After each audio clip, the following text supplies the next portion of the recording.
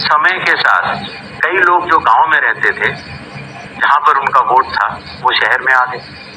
उनका वोट गांव में रह गया और जब वो शहर में आए तो वोट कटवाने की प्रक्रिया की भी अपनी कानूनी जटिलताएं, तो उनका वोट गांव में भी रह गया, शहर में भी हो गया।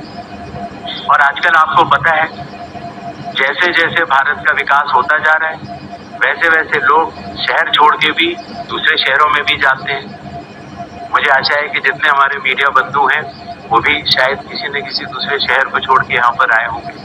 तो जब वो यहाँ रहने लग जाते हैं तो उनका वोट यहाँ भी बन जाता है।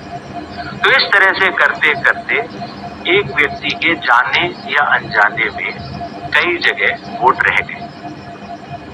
तो मतदाता सूची को शुद्ध करने के लिए इन्यूमरेशन फॉर्म एकमात्र रास्ता रह जाता है। क्योंकि मैं आपको एक उदाहरण भी देता हूँ।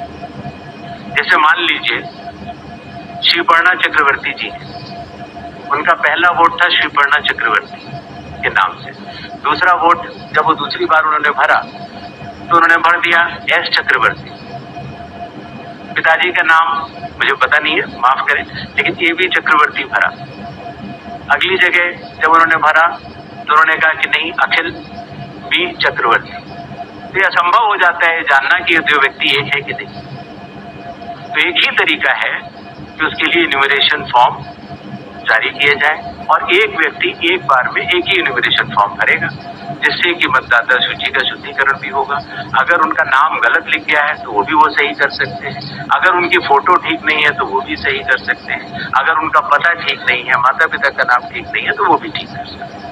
ये रही बिल SIR की आवश्यकता। SIR में डोर टू डोर जाना पड़ता है। बूथ लेवल ऑफिसर हमारे बिहार के लगभग 90,000 booth level officers 7 crore 89 lakh लोगों के घर घर जाकर उन्होंने एक एक व्यक्ति को इन्यूमरेशन फॉर्म दिया। जो लोग मृत पाए गए या जो लोग घर पे नहीं थे, जिन्होंने पड़ोसियों ने कहा या उनके घर वालों ने कहा कि ये परमानेंटली शिफ्ट हो गए, या जिन लोगों ने कहा कि नहीं साहब मैं तो पहले ही दूसरी जगह इन्यूमरेशन फॉर्म भर चुका हूं, अर्थात उसका नाम 2 जगह था, ऐसे लोगों के फॉर्म वापस नहीं मिले और 7 करोड़ 24 लाख फॉर्म वापस मिले 30 दिन के अंदर।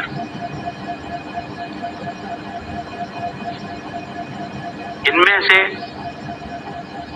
एक सवाल यह था कि कितने नेपालीज हैं और कितने बांग्लादेशी। पहली बात तो मैं स्पष्ट कर देना चाहता हूं कि भारत के संविधान के अनुसार सिर्फ भारत का नागरिक ही MLA और MP का चुनाव कर सकता है।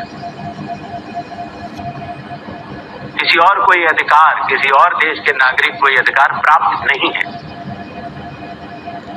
अगर ऐसे लोगों ने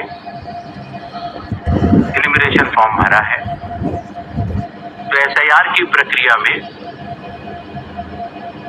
अपनी पात्रता सिद्ध करने के लिए कुछ दस्तावेज भी मांगे गए, जिनकी गहन जांच 30 सितंबर तक होनी। और ऐसे केस में जो ऐसे लोग हैं जो कि हमारे देश के नहीं हैं, गहन जांच के दौरान वो पाए जाएंगे और निश्चित तौर से उनका वोट नहीं बनेगा। जहां तक वेस्ट बंगाल के SIR की तारीख की बात है, हम तीनों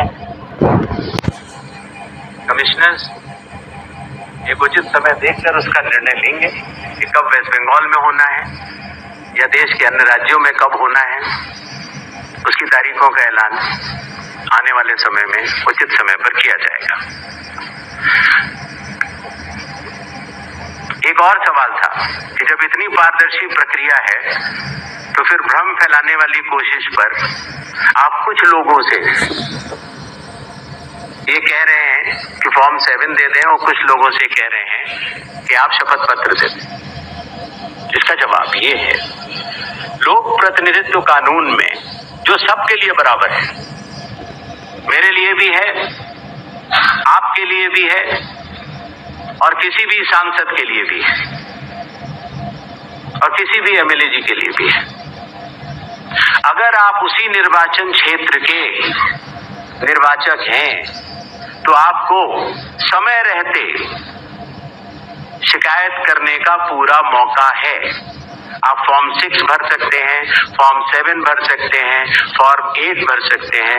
आपके राजनीतिक दल के बूथ लेवल एजेंट्स को भी ये अधिकार प्राप्त होता है कि वो एक शपथ देकर 10-10 फॉर्म भी बूथ लेवल ऑफिसर्स को दे सकते हैं, बशर्ते आप उस विधानसभा क्षेत्र के निर्वाचक हो।